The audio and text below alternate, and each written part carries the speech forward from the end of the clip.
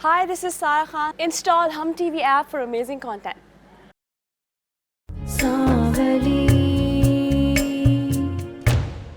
पप्पू दोबारा नाराज हो गई तब्रेज़। मैं अपनी मॉम को बहुत अच्छी तरह से जानता हूँ। बचपन से उनका यही रवैया देखता आ रहा हूँ। पप्पू ऐसी क्यों है? मुझे आ रहा उन्होंने जिंदगी और रिश्तों की बहुत बेसबाती देखी है। उन्हें लगता है कि तमाम रिश्ते सिर्फ मफाद की खातिर। रीम, आज बर्तन धोने की जिम्मेदारी किसकी थी? शाम का खाना किसने बनाया है? और कल का सारा काम किसने किया है? मैंने, जब तुम उजाला के साथ गई थी। और ये जो इतना सारा बर्तनों का भंडार लगा हुआ है ना, वो मैं नहीं धोने वाली हूँ। बेबे दिल तो कर रहा था कि दोनों बहनों को जान से मार दूं, लेकिन बार बार बच गई मैं। तब्रेज़ जी के ऊपर जो जिन था ना, वरना उसने तो मुझे आज घर से निकाल के देना था। तब्रेज़ पे ना उजाला चुड़ैल का साया है ना, उसका तो तोड़ ही समझ नहीं आता कि कैसे उस मनुष्य से जान छूटे हमारी। बेबे जितनी बेइज्जती आज होनी थी हो गई है मेरी। हमें यहाँ से चलना चाहिए, हम अपने पिंड चलते हैं, वहीं ठीक थे। मैं पागल हो गई है क्या? क्यों जाए हम मैदान छोड़कर, और करेंगे क्या हम वहां जाके? बेबे कोई फायदा नहीं है रहने का।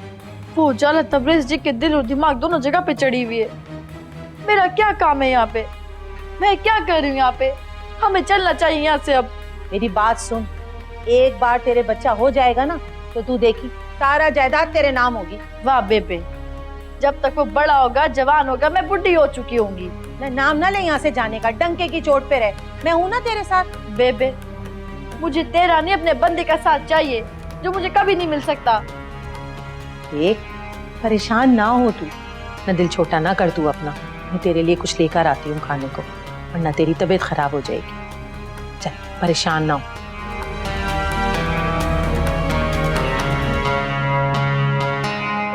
उजाला, अब तुम्हें पता चला कि नेकी करके दरिया में बहाना किसे कहते हैं। कितना समझाया था कि तब्रेज़ की दूसरी शादी के चक्कर में मत पड़ो, आज खुद चकरा कर रह गई ना तुम। शमा प्लीज बस कर दो, मेरे सर में बहुत दर्द हो रहा है, इस तरह की बातें नहीं करोगी। पर मेरे दिल में तुम्हारी ऐसी हालत देखकर मुझे समझ में नहीं आ रहा कि तुम अपने साथ ऐसा क्यों कर रही हो। कब तक घुट घुट कर जियोगी? तो क्या करूं?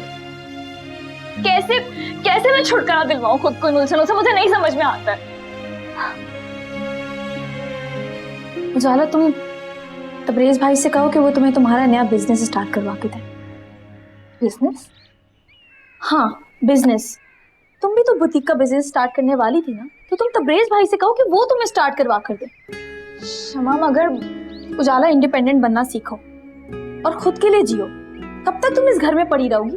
अच्छे बुरे वक्त का कुछ नहीं पता होता। आज ये लोग तुम्हारे साथ हैं और कल न जाने। ठीक कह रही हो तुम। बस अब तुम तब्रेज़ भाई से जल्दी बात करो, उन्हें कहो कि तुम बिजनेस स्टार्ट करना चाहती हो। अच्छा हुआ तब्रेज़ भाई आप खुद ही आ गए। वो उजाला अपने बुटीक के हवाले से कुछ बात करना चाह रही थी आपसे। बुटीक? अच्छा आइडिया है। कब और कहाँ पे स्टार्ट कर रहे? उजाला बताओ ना तब्रेज़ भाई को, तुम बुटीक देख तो रही थी। आप दोनों बातें करें, मैं कॉफी लेके आती हूँ। उजाला आई एम सॉरी, वो मॉम के बिहेवियर के लिए मैं माफी। आपकी माफी मांग रहे हैं, आपकी गलती थोड़ी है। शर्मिंदा ना करें मुझे माफी मांग के। शर्मिंदा तो मैं अपनी जिंदगी से हो गया हूँ। कभी कभार तो मैं तुमसे आंख मिलाकर बात भी नहीं कर सकता। खैर छोड़ें सारी बातों को। शमा ठीक कह रही थी, मैं अपना बुटीक स्टार्ट करना चाहती हूँ। मसरूफ रहूंगी तो घर के इस माहौल से भी दूर रहूंगी।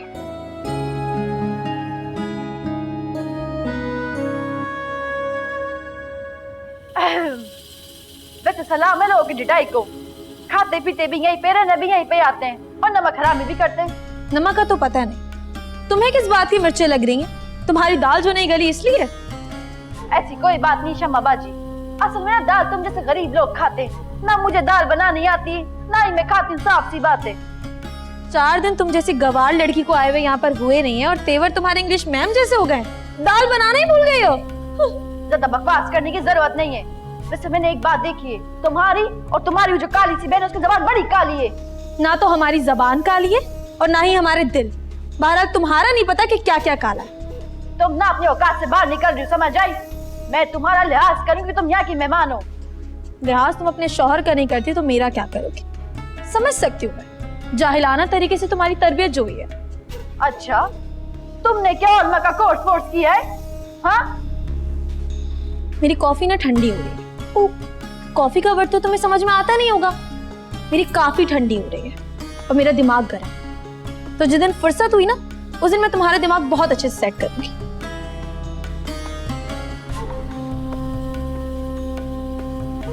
काफी? मैंने तो काफी कहा था। छोड़, पागल तो है पूरी है, इसके क्या मुंह लगना मुझे। तबरेज, वो मॉम का रूम कब से बंद है और वो बाहर भी नहीं निकली है। आप जरा 2 मिनट चेक कर लें जाके। उजाला सो रही होगी, क्यों परेशान हो रही हो? प्लीज, मुझे बहुत घबराहट हो रही है ना, प्लीज देख लें। उजाला मैं कह रहा हूँ कि तबरेज क्यों बहस कर रहे हैं? मैं कह रही हूँ ना, देख लें। अच्छा मैं देख के आता हूँ, रुको।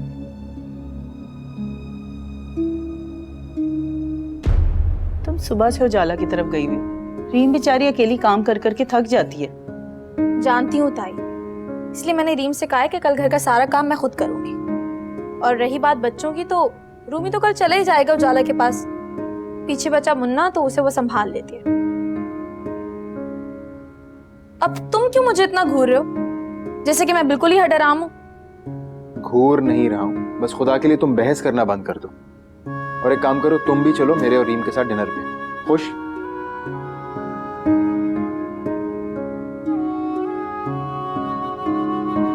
अच्छा ये बताओ, उजाला ठीक थी ना, और वहां सब ठीक था, और फरी का रवैया चेंज हुआ कि नहीं हुआ?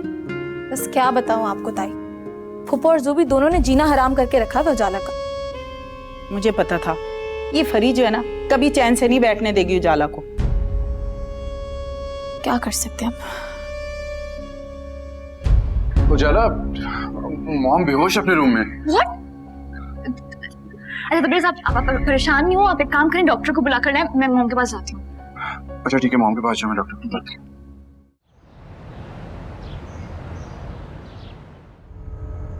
रीम, तुम पीछे बैठ जाओ, तैमूर के साथ फ्रंट सीट पे आगे मैं बैठूं। बिल्कुल नहीं शमा, ये रोज रोज के तुम्हारी धौंस और मर्जी मुझ पर नहीं चलेगी।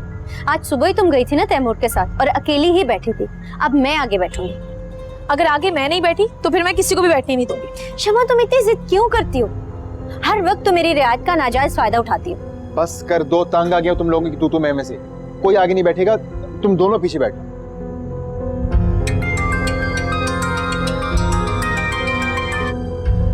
हाँ उजाला, कैसी हो? क्या हुआ, तुम ठीक हो?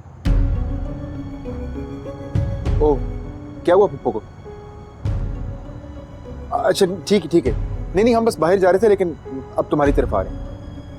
तुम परेशान नहीं हो, हम आ रहे हैं। खुदा हाफिज़। तैमूर क्या हुआ है? उजाला तो ठीक है ना? हाँ उजाला ठीक है, वो कह रही है बस पप्पू की तबीयत खराब हुई है। रुको, मैं अम्मा को बुला के लाता हूँ, और तुम दोनों पीछे बैठना। अल्लाह खैर करे, सब ठीक होगा ना? इंशाल्लाह, बस दुआ करो। तुम क्या सोच रहे हो? गाड़ी में बैठो। मैं ये सोच रही हूँ कि अगर हम सब लोग चले गए तो घर में मुन्ने को कौन देखेगा? अगर ऐसी बात है रीम, तो तुम चली जाओ, मैं घर पे रुक जाती हूँ, कोई मसला नहीं है। अरे नहीं, पागल मत बनो। तुम्हारी फूफो है, तुम्हारा करीबी रिश्ता है, तो तुम्हें जाना चाहिए। मैं किसी और दिन चक्कर लगा लूंगी, तुम जाओ। ठीक कह रही हो। चलो, मुन्ने का ख्याल रखना। तुम बेफिक्र होकर जाओ, मैं मुन्ने को देख लूंगी।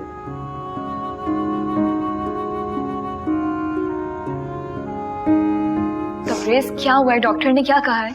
बस यही कहा है कि किसी चीज का स्ट्रेस लिया हुआ है तो टेंशन ना दें उनको। लो जी, जिसको बता रहे हैं और जिसको ख्याल रखने का बोल रहे हैं, वो ज्यादा टेंशन देती है पुप्पो को। सही तो कह रही है। जब से वापस आई है ना, कभी इससे झगड़ती है, कभी उससे झगड़ती है। नहीं, इसने तो अपनी फुप्पी को भी ना छोड़ा। देखें, अगर आप लोग अच्छी बात नहीं कर सकते तो अपने कमरे में चले जाए। एक तो जब भी मैं इसकी बात करती हूँ, आपको इतना गुस्सा क्यों आता है? जो भी चुप कर जाओ। चुप कर जाओ। तबरेज, आप छोड़ें इन लोगों को, मुझे समझा देंगे पप्पू को दवाइयाँ कब और कैसे देनी है। आइए चलो। देख ले अपने आंखों से कैसे जूती की नोक पे रखता तबरेज जी मुझे। मेरी तो कोई इज्जत ही नहीं इस घर के अंदर। मैं जो कुछ भी तुझसे कहती हूँ ना, तेरे भले के लिए कहती हूँ। अब तो ये सफेद झूठ है बेबे मेरे मुंह के ऊपर। तूने देखा नहीं भी कैसे मेरे मुंह पे बंधा गया है मेरा। और तुझे क्या, तू तो यहाँ रह रही, खा रही, पी रही, अय्याशी कर रही, और क्या चाहिए? अब वहाँ मेहनत कर रहा है। तो तुझे बड़ा ख्याल है अपने अब्बे का? है मैं यहाँ क्या ऐश कर रही हूँ, और अपनी माँ का जरा ख्याल नहीं जो तेरे लिए इतनी हड्डियां घिस रही है यहाँ पर। है 2 दिन मुझे सुकून के मिल गए, वो भी तुझे अच्छे नहीं लग रहे। ना तू कहती है ना तो मैं चली जाती हूँ यहाँ से, बैठी रह फिर तू। लगता है बेबी का भी दिमाग खराब हो गया। ये पप्पू की तबीयत वाकई खराब है या कोई ड्रामा कर रही है? क्या हो गया शमा? पप्पू क्यों ड्रामा करेंगी? ताकि तबरेज को अंडर प्रेशर लाकर अपनी बात मनवा सके। खुदा का खौफ खाओ शमा, अब पप्पू इतनी भी जालिम नहीं है। तुम्हें कभी भी लोगों की समझ में नहीं आएगी उजाला, ना उनकी बातों की और ना उनके रवैयों की। ऐसी बात नहीं है, सब समझती हूँ मैं और महसूस भी कर सकती हूँ। तो फिर सबको तुम क्यों नहीं बता देती कि तुम्हें कोई परवाह नहीं है किसी की? क्योंकि शमा, हमेशा बोलना अच्छा नहीं होता है। कभी कभी खामोशी में खैर छुपी होती है और बोलने में शर। ये बात भी है। तुम्हें पता है जुबी जब भी मेरे आगे बोलती ना तो मुंह की खाती है, तो मुझे भी बहुत मजा आता है उसे सुनाने में। कोई हाल नहीं तुम्हारा। मुझे लगा था कि तुम ये सारी हरकतें छोड़ चुकी हो, लेकिन सोचा था कुछ मैंने भी था ऐसा, मगर क्या करें, टेढ़ों के साथ टेढ़ा होना पड़ता है मेरी बहन, तभी गुजारा हो सकता है। अच्छा छोड़, मैं तुम्हें चाय पिलाती हूँ, ठीक है? हाँ, तो कब से मैं यहाँ भूखी प्यासी खड़ी हूँ, पूछा भी नहीं है, आप पूछ रही हो, बातों में लगा दिया मुझे। तुम ना बहुत तेज हो वैसे। अब खिला दो कुछ। पिलाती। खाना भी लाना।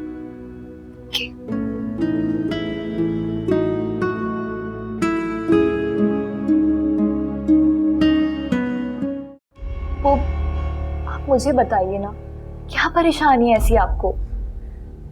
गलत फहमी थी जो दूर हो गई। मैंने सोचा था भाई की बेटी को बहू बनाया तो वो घर जोड़ के रखेगी, लेकिन सब कुछ उलट गया। लेकिन मेरा अपना बेटा वो भी नाफरमान निकला। पप्पू, उजाला को इल्जाम देना बंद कर दें। इसकी कोई गलती नहीं है, बल्कि सारा कसूर आपका खुद का है। शायद चुप कर जाओ, किस तरह की बातें कर रही हो? पप्पू की तबीयत तो देखो तुम। हाँ, तो अगर इनकी तबीयत खराब है तो इनको तबीयत खराब होने की तरह ही बात करनी चाहिए। क्यों बोल रही है ऐसा फजूल? उजाला, इस लड़की को मेरी नजरों से दूर ले जाओ। शमा, चुप करके बैठ जाओ। तुम्हें कितनी दफा समझाया है मैंने। पप्पू, चाहे अब आप मुझे अपने कमरे से निकालें या इस घर से, मगर मैं सच बोलने से बाज नहीं आऊंगी। क्या है सच? बताओ मुझे। सच ये है कि आपको टेंशन का बुखार नहीं है, बल्कि आपके ज़मीर की आवाज है जो आपको झंझोड़ रही है कि आपने उजाला के साथ ज्यादती की है। शमा, निकल जाओ मेरे घर से, चली जाओ यहाँ से, लेके जाओ इसको। अब चाहे आप मुझे इस कमरे से निकालें या घर से, मगर मैं सच बोलूंगी। शमा, बोलूंगी मैं सच।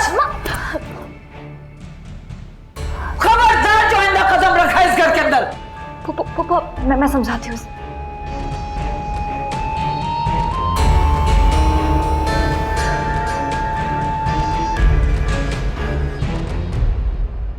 लेकिन शमा इतनी रात को ऐसे कैसे चली गई? तबरेज पप्पू ने उसे बहुत डांटा, नहीं रुकी, वो चली गई। उजाला, तुम्हें पता तो है मॉम की तबीयत खराब है, अगर डांट दी है तो क्या बात हुई? तुम समझाती उसे। तबरेज, आप समझ नहीं रहे। पप्पू ने आज उसको ये तक कह दिया कि वो आइंदा उनके घर में कदम ना रखे। अब आप खुद बताओ। उजाला, तुम्हें मॉम के गुस्से का पता तो है, वो गुस्से में इतना कुछ बोल देती है। अच्छा खैर, तुम परेशान ना, हम शमा की तरफ कल चलेंगे, मैं खुद उससे माफी मांगूंगा, ठीक है? ठीक है। अच्छा, मैं मॉम के पास से हो गया।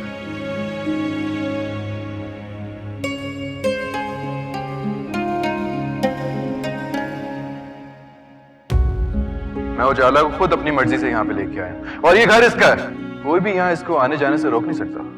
पप्पू, आप एक बात नोट कर लें, मैं इस घर के लिए, इस घर के सुकून के लिए पहले ही बहुत कुर्बानियां दे चुकी हूँ, और अब मैं इस बात की इजाजत किसी को नहीं दूंगी कि मुझे बार बार कुर्बानी का बकरा बनाया जाए। सच ये है कि आपको टेंशन का बुखार नहीं है, बल्कि आपके ज़मीर की आवाज है जो आपको झंझोड़ रही है कि आपने उजाला के साथ ज्यादती की है। शमा ठीक कहती है, मैं हमेशा ऐसे ही तो करती आई हूँ, हमेशा अपना मफाद देखा, कभी माँ बाप का दिल तोड़ा, कभी औलाद का, और भाई साहब का भी मान तोड़ दिया। बहुत बुरी हूं मैं।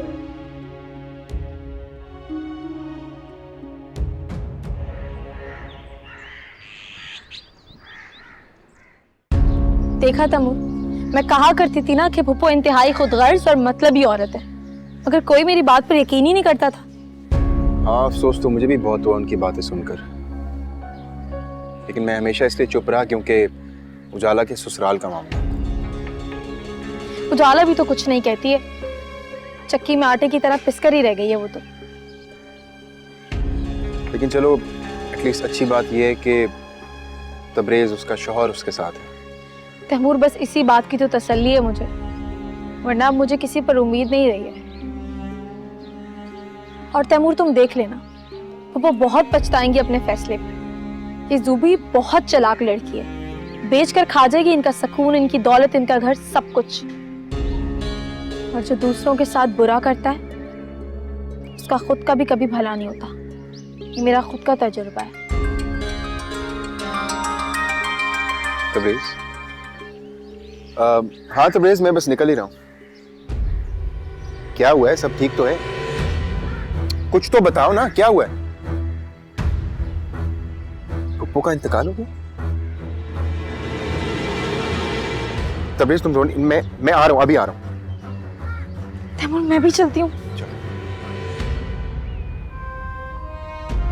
मॉम कैसे हमें छोड़ के जा सकती है इस तरह? उजाला ये सब कुछ किया हुआ है। तबरेज़, प्लीज सब्र करें, ऐसे मत रोएं और दुआ करें पप्पू के लिए। मॉम ने कुछ कहा भी नहीं, कोई बात भी नहीं की, कोई गुस्सा भी नहीं किया। बस ऐसे ही रात को सोई और सुबह जागी भी नहीं। प्लीज, मौत तो ऐसी आती है ना, बिना बताए, चुपके से, और इंसान को तो पूछ के ले जाती है। हम क्या कर सकते हैं? लेकिन उजाला, मुझे समझ नहीं आ रहा कि मैं मॉम के बगैर क्या करूंगा, कैसे जिंदगी गुजारूंगा। मैं नहीं रह सकता मॉम के बगैर। तबरेज़, मैं कह रही हूँ ना, मैं हूँ आपके साथ, प्लीज रोना बंद कर दे। अब तो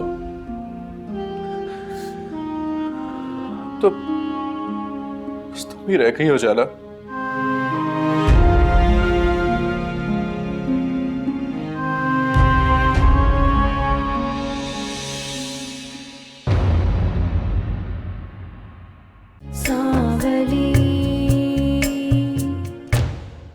मुझे तो लग रहा है कि अब तबरेज़ जी मुझे धक्के मार के इस घर से निकालेंगे। न ऐसे ही निकाल देगा। बेबे, तू हमेशा ऐसा ही कहती है।